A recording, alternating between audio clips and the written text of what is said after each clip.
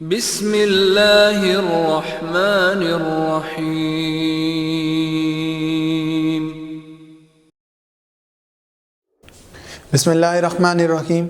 Welcome to online system with doctor Yasir Khan. बेटा हमने chapter number 13 का आगाज़ करना है और चैप्टर नंबर 13 जो है वो गैशियस एक्सचेंज का है। अच्छा, इस गैशियस एक्सचेंज को जब भी आप पढ़ते हो ना, गैशियस एक्सचेंज हमारी बॉडी में कैसे होती है, उसके लिए आप एक टर्म इस्तेमाल करते हो रेस्पायरेशन की। रेस्पायरेशन की जब भी आप टर्म इस्तेमाल करोगे बेटा, फौरी तौर पे हमारे माइंड में दो तरह की रेस्पायरेशन आएगी। आपको पता है कोई भी लिविंग ऑर्गेनिज्म है, उसने अगर सरवाइव करना है तो उसे कंटिन्यूअस सप्लाई ऑफ एनर्जी चाहिए। और वो कंटिन्यूअस सप्लाई ऑफ एनर्जी कैसे मिलती है? जब ग्लूकोज का मॉलिक्यूल टूटता है, कार्बोहाइड्रेट टूट जाएं, लिपिड्स टूट जाएं, प्रोटीन टूट जाएं। हम हमेशा कार्बोहाइड्रेट को प्रेफर इस वजह से करते हैं because they are the immediate source of energy. और कार्बोहाइड्रेट के मॉलिक्यूल अगर ऑक्सीजन की मौजूदगी में टूटेंगे तो ज़्यादा एनर्जी लिबरेट होगी। और वो ऑक्सीजन कहाँ से आ रही है? वो रेस्पायरेशन के रिजल्ट में आ रही है। एक रेस्पायरेशन वो भी थी जिसे आपने चैप्टर नंबर 11 में पढ़ा था। इस वजह से पहले इंट्रोडक्टरी लेक्चर के अंदर डिफरेंस आता है कि रेस्पायरेशन की दो कैटेगरीज हैं। एक तरह की रेस्पायरेशन को हम कहते हैं सेलुलर, और एक तरह की रेस्पायरेशन को हम कहते हैं जी breathing. Cellular respiration and the breathing.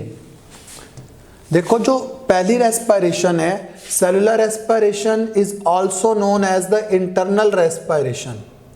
Cellular respiration को हम इंटरनल रेस्पायरेशन कहते हैं, जबकि ब्रीदिंग को हम एक्सटर्नल रेस्पायरेशन कहते हैं।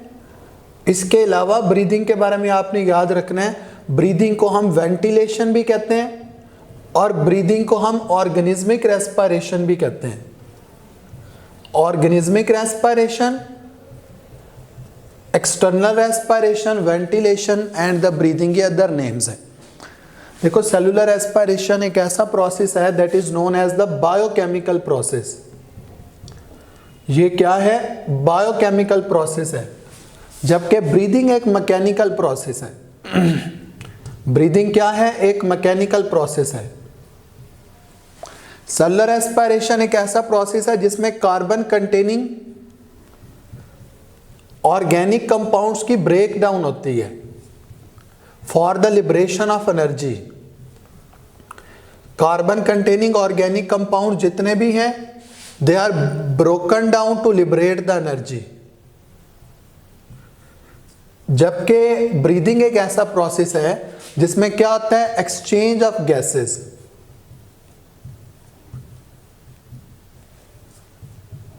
Exchange of gases between the body fluids and the environment. Body fluid और एनवायरमेंट के दरमियान ना एक्सचेंज ऑफ गैसेस होता है। देखो, सेलुलर रेस्पायरेशन एक ऐसा प्रोसेस है which is carried out it is carried out by all the cells in living organism. It is carried out by all the cells in the living organisms. जबकि breathing वो होता है which for the breathing respiratory system is present only in the higher animal. Breathing के लिए जो बाकायदा respiratory system है वो सिर्फ और सिर्फ हायर एनिमल्स में है, लोअर में नहीं है। हायर एनिमल में है, लोअर में नहीं है। देखो, सेलुलर रेस्पिरेशन की आपने दो कैटेगरीज पढ़ी थी। एक तरह की सेलुलर रेस्पिरेशन को हम कहते हैं एरोबिक। दो टाइप्स हैं, एक एरोबिक और एक एनारोबिक। ये मैं आपको डिफरेंस बता रहा हूं दोनों का।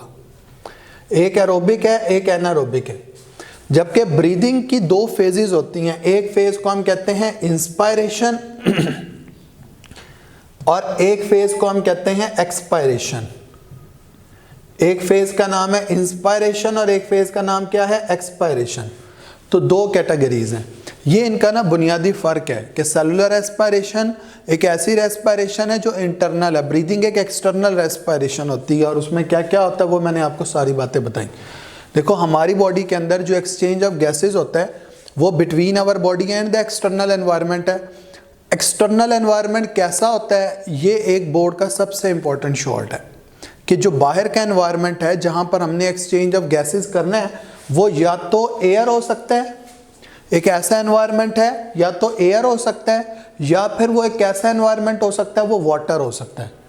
तो यही एक शॉर्ट आता है, इंपॉर्टेंट शॉर्ट है कि एयर और वाटर में से जहां पे गैसेस डिफ्यूज हो रही हैं,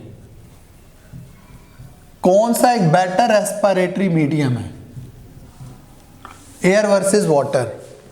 मैं आपको दो तरह के मीडियम बता रहा हूं जहां पर एक्सचेंज ऑफ गैसेस हो सकता है, या एयर में हो सकता है या वाटर में हो सकता है, और दोनों तरह के एनवायरनमेंट में कौन सा एक बेटर रेस्पिरेटरी मीडियम होता है, तो उसका आंसर एयर है। हम उसकी रीजन फाइंड आउट करेंगे। देखो, अगर आप एयर और वाटर में से आप कंपैरिजन कर लें, 1 लीटर आप एयर ले लें और 1 लीटर वाटर ले लें, 1 लीटर एयर के अंदर 200 ml ऑक्सीजन होती है, जबकि 1 लीटर वाटर में बामुश्किल 10 ml ऑक्सीजन होती है। अब आप खुद अंदाजा लगा लो, जहां पे ऑक्सीजन ज्यादा है वहां पे गैसेस आसानी से डिफ्यूज हो सकती है ना, क्योंकि एनिमल्स को क्या चाहिए, ऑक्सीजन चाहिए। तो एयर के अंदर ऑक्सीजन ज्यादा है, इसका मतलब ये है कि उसका अपटेक भी ज्यादा हो सकता है। उसके बाद आप देखें, जो एयर होती है it is 8000 times less dense then the water. Air जो है वो वाटर के मुकाबले में 8000 गुना कम डेंस है, जबकि ये 8000 टाइम मोर डेंस है। उसके बाद एयर के अंदर the diffusion of gases occur 8000 times, diffusion of gases occur 8000 times more quickly in the air as compared to water। तो वाटर में 8000 टाइम्स लेस क्विकली जो है वो गैसेस ने डिफ्यूज करना है। आखिरी बात है विस्कोसिटी। वाटर जो होता है, water is 50 time more viscous. पानी जो है वो ज्यादा गाढ़ा है as compare to the air. Air 50 time less viscous है। ये वो 4 रीजन है जिस बिहाफ पे हम कहते हैं जी एयर एक बेटर रेस्पिरेटरी मीडियम है देन द वाटर। तो ये तो इंट्रोडक्शन था। इस इंट्रोडक्शन के बाद आप देखेंगे आपको एक टॉपिक मिलेगा gaseous exchange in the plant, फिर फोटो रेस्पिरेशन, फिर आपको रेस्पिरेटरी सरफेसेस इन एनिमल के कुछ फीचर्स मिलेंगे। उसके बाद आपको मिलेगा कि कुछ इनवर्टिब्रेट्स के अंदर रेस्पिरेशन बताई गई है, कुछ वर्टिब्रेट के अंदर बताई गई है। मैं पहले आपको ह्यूमन का पार्ट पढ़ाता हूँ, फिर आपको ये पीछे वाला पार्ट पढ़ाऊँगा जो कि बहुत सिंपल हो जाएगा फिर ह्यूमन वाला पढ़ने के बाद। देखो ह्यूमन वाले पार्ट में हमने क्या क्या पढ़ना है, हमारा रेस्पिरेटरी सिस्टम कैसा होता है। ये ह्यूमन का रेस्पिरेटरी सिस्टम है। देखो हमारे रेस्पिरेशन, हम एयर को अपनी बॉडी के अंदर लेके जा सकते हैं either with the help of nostril. ये जो ऊपर वाला पाथवे दिखाया जा रहा है ये नॉस्ट्रिल का है, ये वाला जो जा रहा है ये किसका है, नॉस्ट्रिल का। और ये जो नीचे वाला पाथवे है ये किसका जा रहा है, ये माउथ का जा रहा है। चाहे एयर नॉस्ट्रिल से जाए चाहे एयर माउथ से जाए, आगे जाके वो पैसेज कॉमन हो जाता है। अगर आप नीचे ये पैसेज देखें तो ये पैसेज जो है वो एयर पैसेज से होता हुआ अल्टीमेटली हमारे किधर जा रहा है, लंग्स के अंदर जा रहा है। लंग्स में जाता है तो लंग्स में कुछ ऐसी टिपिकल साइट्स होती हैं जहां पर गैसियस एक्सचेंज होता है। तो यहां पर ये स्पेसिफाई किया जा रहा है जी कार्बन डाइऑक्साइड बाहर निकल रही है, ऑक्सीजन अंदर आ रही है। कार्बन डाइऑक्साइड बाहर निकल रही है और ऑक्सीजन अंदर आ रही है। यानी जितने भी एनिमल्स हैं, जितने भी लिविंग ऑर्गेनिजम्स हैं, particularly animals, they require the oxygen. Oxygen उन्हें चाहिए and they remove the carbon dioxide, और वो कार्बन डाइऑक्साइड को क्या करते हैं, बाहर भेज देते हैं। देखो इसके बाद हमारा जो रेस्पिरेटरी सिस्टम है,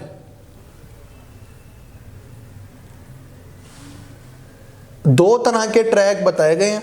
आपकी मर्जी, आप इन दो तरह के ट्रैक को अलग-अलग याद कर लें या थॉरोली एक रेस्पिरेटरी ट्रैक का सीक्वेंस याद कर लें।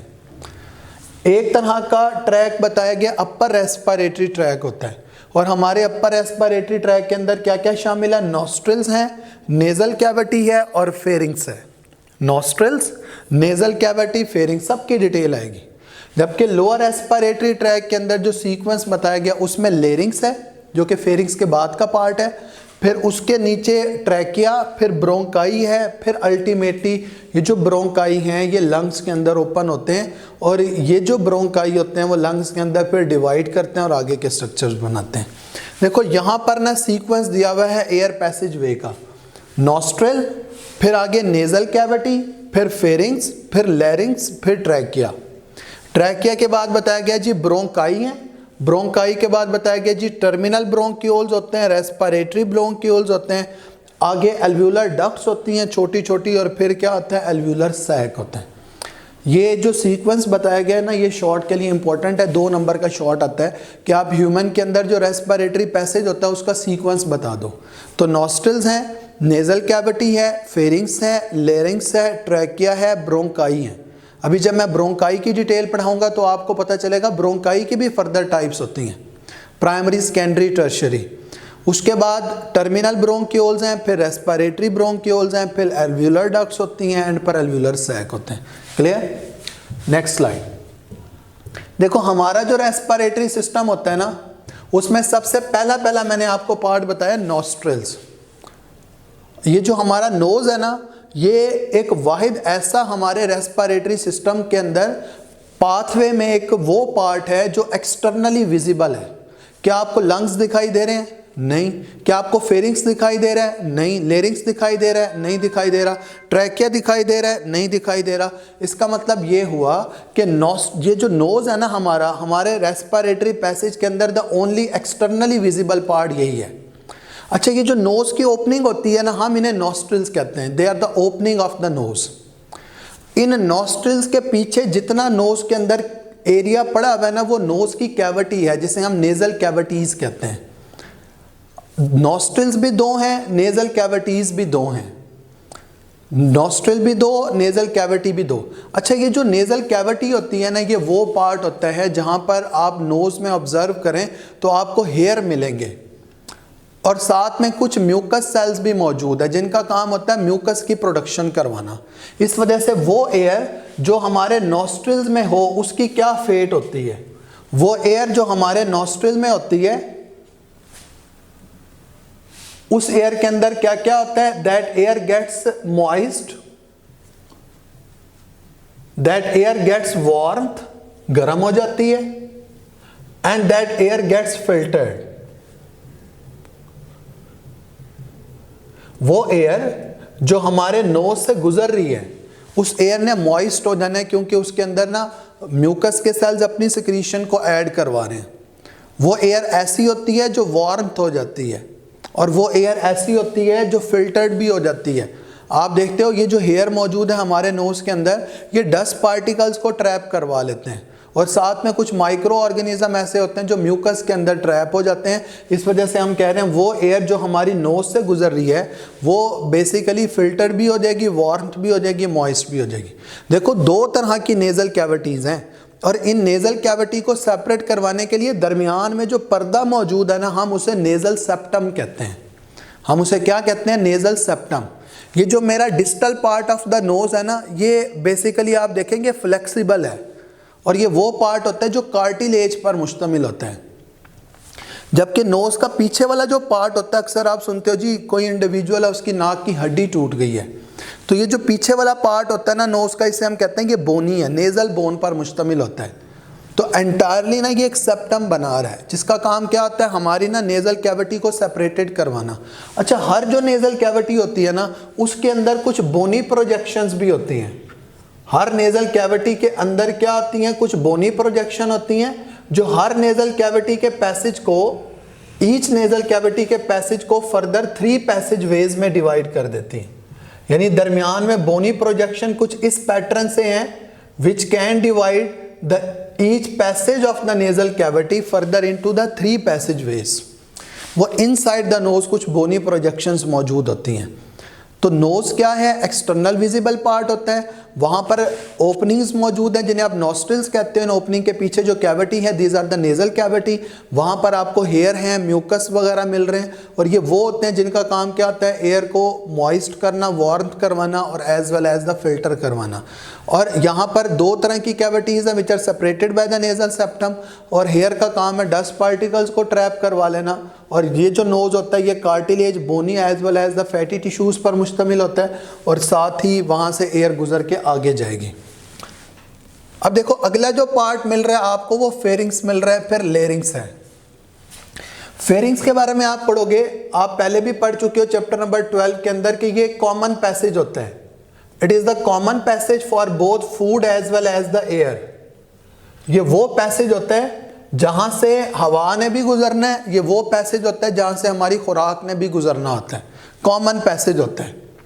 हमारी बुक के अंदर फेरिंग्स के फर्दर पार्ट नहीं बताए हुए, वरना फेरिंग्स के मुख्तलिफ पार्ट होते हैं on the base of their location.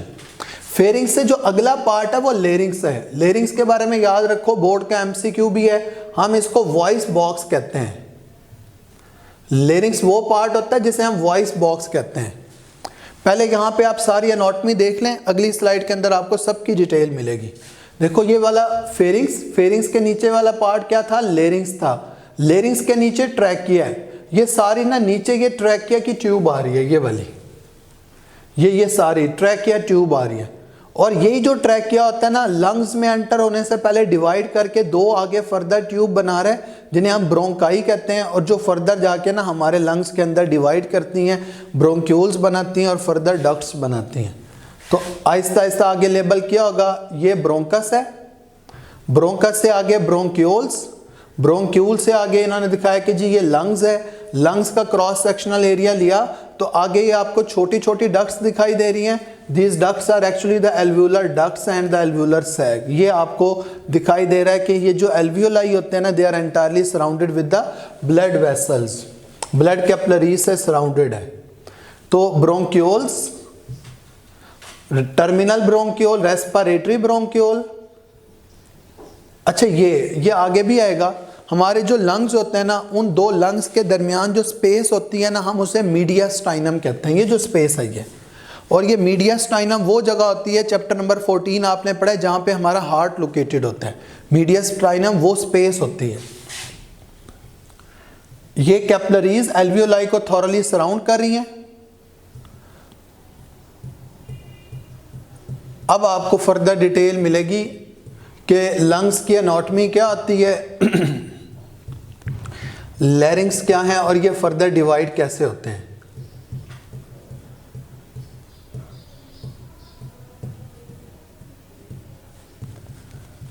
देखो वापसी आ जाए, इस आप डायग्राम को देखें, फिर मैं आपको वन बाय वन सबकी डिटेल बताता हूँ। देखो ये दो तरह के लंग्स हैं। लंग्स हमारे दो हैं, हमारी चेस्ट कैविटी के अंदर पड़े हुए हैं। इन दो लंग्स के दरमियान ये जो स्पेस है ना, हम इसको क्या कहते हैं, मीडियास्टाइनम कहते हैं। इससे ऊपर दिखाया गया, यहाँ पर इससे ऊपर दिखाया गया कि ये वाला पार्ट लेरिंग्स था। लेरिंग्स ने आगे डिवाइड किया, ट्रैकिया बनाया, ट्रैकिया आगे डिवाइड कर रहे हैं, ब्रोंकाई बना रहे हैं। मैंने आपको कहा था ब्रोंकाई तीन तरह के होते हैं, एक तरह के प्राइमरी हैं, फिर सेकेंडरी हैं, और फिर टर्शरी ब्रोंकाई होते हैं। फिर ये जब फर्दर डिवाइड करते हैं तो फिर क्या बनते हैं, पहले टर्मिनल ब्रोंक्यूल, फिर रेस्पिरेटरी ब्रोंक्यूल, फिर एल्व्यूलर डक्ट हैं, एल्व्यूलर सैक हैं, और फिर आपको दिखाया गया है कि ये जो है एल्व्यूलाई मौजूद होते हैं। क्या मौजूद होते हैं, एल्व्यूलाई मौजूद होते हैं। अब मैं आपको बताता हूं वन बाय वन जो आपको डिटेल बता रहा था। देखो लेरिंग्स, लेरिंग्स वो पार्ट होता है जिसको हम कॉमनली कहते हैं वॉइस बॉक्स। लेरिंग्स के फीचर्स आप याद रख लें। Larynx is the upper part of trachea. ये अपर पार्ट होता है ट्रैकिया का।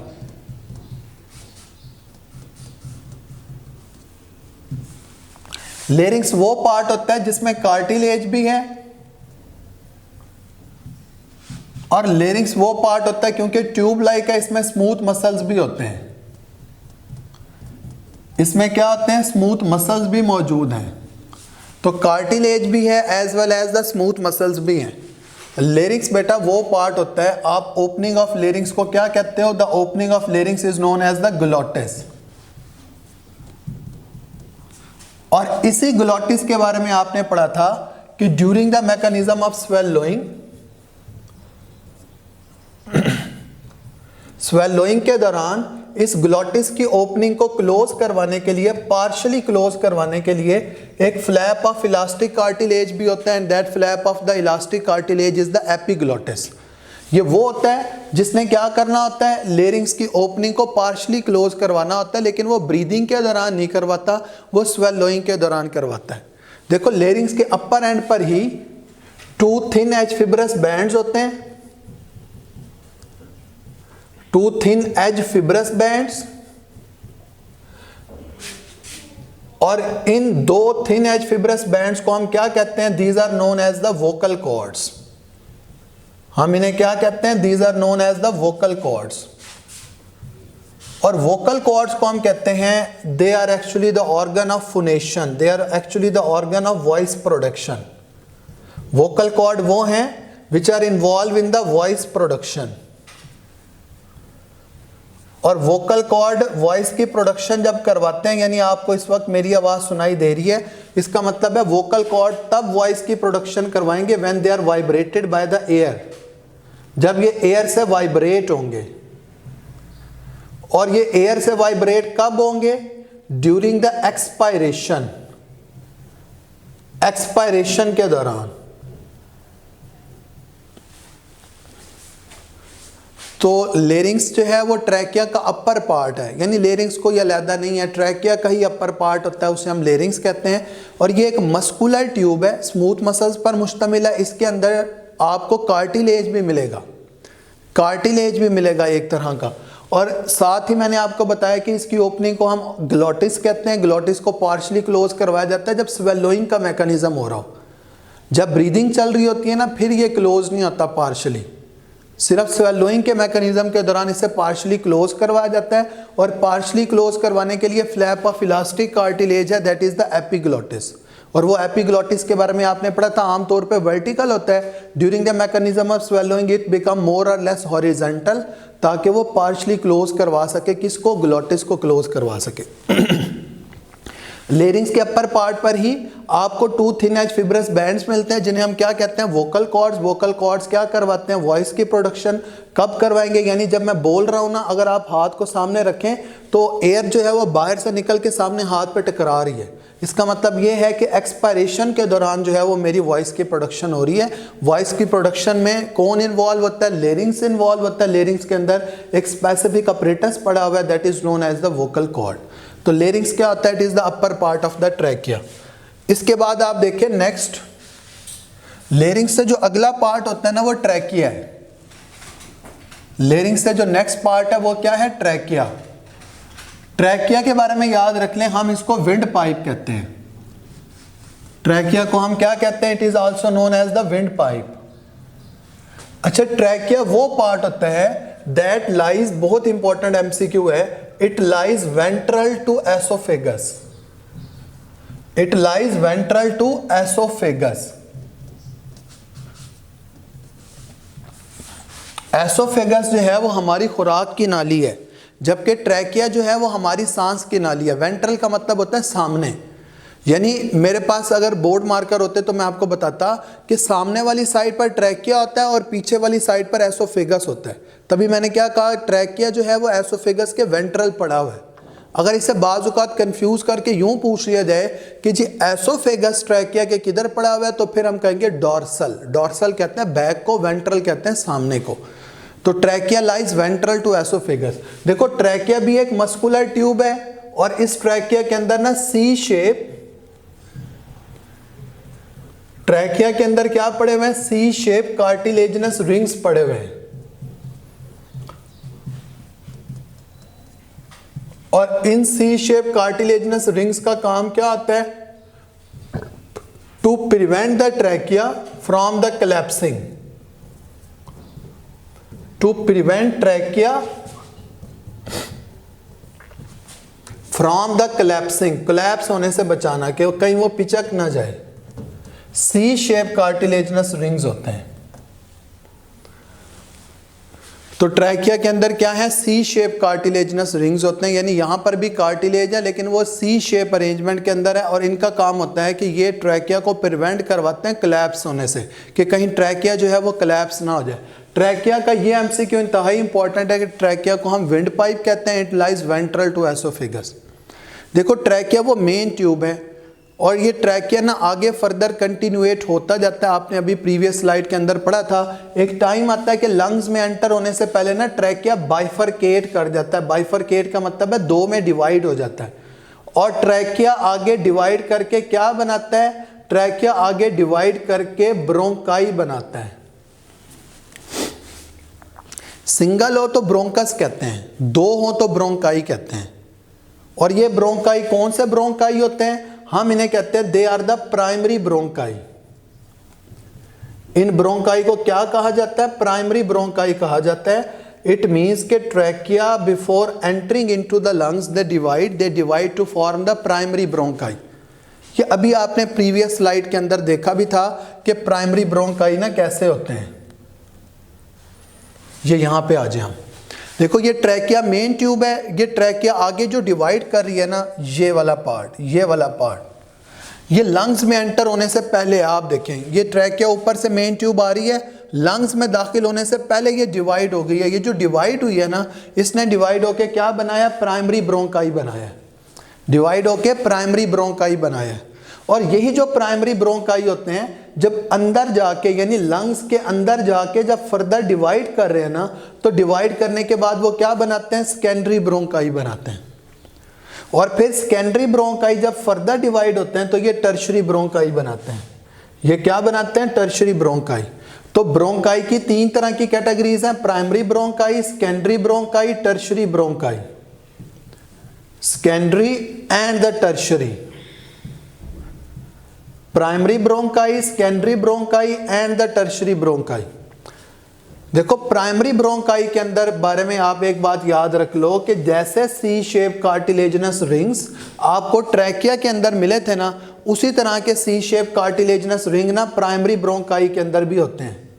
लेकिन कभी अगर एमसीक्यू आ जाए और उसमें क्लैश दिया हुआ हो कि जी अल्फा ऑप्शन पर ट्रैकिया है, बीटा ऑप्शन पर ब्रोंकाई है, चार्ली पर ब्रोंक्यूल है, और डेल्टा के ऊपर लेरिंग्स दे दें और पूछ लिया जाए कि जी सी शेप कार्टिलेजनस रिंग्स किस में होते हैं, तो फिर हम ट्रैकिया लगाएंगे। फिर हम क्या करेंगे, ट्रैकिया लगाएंगे, क्योंकि हर तरह की ब्रोंकाई के अंदर सी शेप कार्टिलेजनस रिंग्स नहीं होते हैं। क्योंकि सेकेंडरी और टर्शरी ब्रोंकाई ऐसे होते हैं जिनमें C shape cartilaginous rings are replaced by the cartilaginous plate. उनमें वो कार्टिलेजनस रिंग्स किस में रिप्लेस हो जाते हैं, प्लेट्स के अंदर, प्लेट्स के अंदर रिप्लेस हो जाते हैं। तो ये मैंने आपको बताया कि जी ब्रोंकाई है। हमारा जो रेस्पिरेटरी ट्रैक होता है ना, यानी लेरिंग्स है, लेरिंग्स के बाद ट्रैकिया है, ट्रैकिया के बाद ब्रोंकाई है, ये सारे वो पार्ट होते हैं जिनमें कार्टिलेज होता है। बड़ा इंपॉर्टेंट बोर्ड का एमसीक्यू है कि ब्रोंकाई से आगे जितने भी पार्ट शुरू होंगे ना, उनमें किसी के अंदर भी कार्टिलेज नहीं होता। ब्रोंकाई से आगे जितने भी पार्ट आएंगे, चाहे वो ब्रोंक्यूल आएगा, चाहे एल्वियोलर डक्ट्स हैं, चाहे एल्वियोलर सैक हैं, कोई भी पार्ट ऐसा नहीं है जिसके अंदर आपको कार्टिलेज मिले, किसी के अंदर भी आपको कार्टिलेज नहीं मिलता। तो आप ये प्रीवियस स्लाइड के अंदर देखें, ये जो ब्रोंकाई है ना, इनके बाद जो पार्ट स्टार्ट होता है वो एक टर्मिनल ब्रोंक्यूल है, एक रेस्पिरेटरी ब्रोंक्यूल है, फिर एल्वियोलर डक्ट्स हैं, फिर एल्वियोलर सैक है। ये वो पार्ट हैं जिनमें कार्टिलेज मौजूद नहीं होता। तो बोर्ड का ये एमसीक्यू है कि ब्रोंक्यूल्स लैक द कार्टिलेज, इनमें कार्टिलेज नहीं है। समझ आई बात। तो ब्रोंकाई जब डिवाइड करेंगे ना आगे, तो टर्मिनल ब्रोंक्यूल बनाएंगे, टर्मिनल ब्रोंक्यूल डिवाइड करेंगे तो फिर रेस्पिरेटरी ब्रोंक्यूल बनाएंगे। देखो ब्रोंक्यूल्स भी वो पार्ट होते हैं जहां पे गैसियस एक्सचेंज नहीं होता। टर्मिनल के बारे में याद रख लो कि ये तो वो ब्रोंक्यूल है जहां गैसियस एक्सचेंज नहीं होता। रेस्पिरेटरी ब्रोंक्यूल का नाम रेस्पिरेटरी रखा है क्योंकि यहां पर ना स्लाइट गैसियस एक्सचेंज होता है। यहां पर क्या आता है, स्लाइट एक्सचेंज होगा रेस्पिरेटरी ब्रोंक्यूल्स के लेवल पर। तो ब्रोंक्योल्स लैक द कार्टिलेज और यहाँ पर क्या होना है, स्लाइट गैशियस एक्सचेंज होना है। समझ आई बात। तो इससे आगे जो है वो गैशियस पार्ट स्टार्ट हो रहा है, जिसमें आपने पढ़ना है एल्वुलर डक्ट्स क्या होती हैं, एल्वुलर सैक क्या होती हैं। तो आज का लेक्चर यहीं पे मैं इख्तिताम करता हूँ। गैशियस पार्ट से स्टार्ट करूँगा अपने रेस्पिरेटरी पैसेज वे के अंदर, ह्यूमन का रेस्पिरेटरी पैसेज वे कैसा होता है। आज के लिए अल्लाह हाफिज़।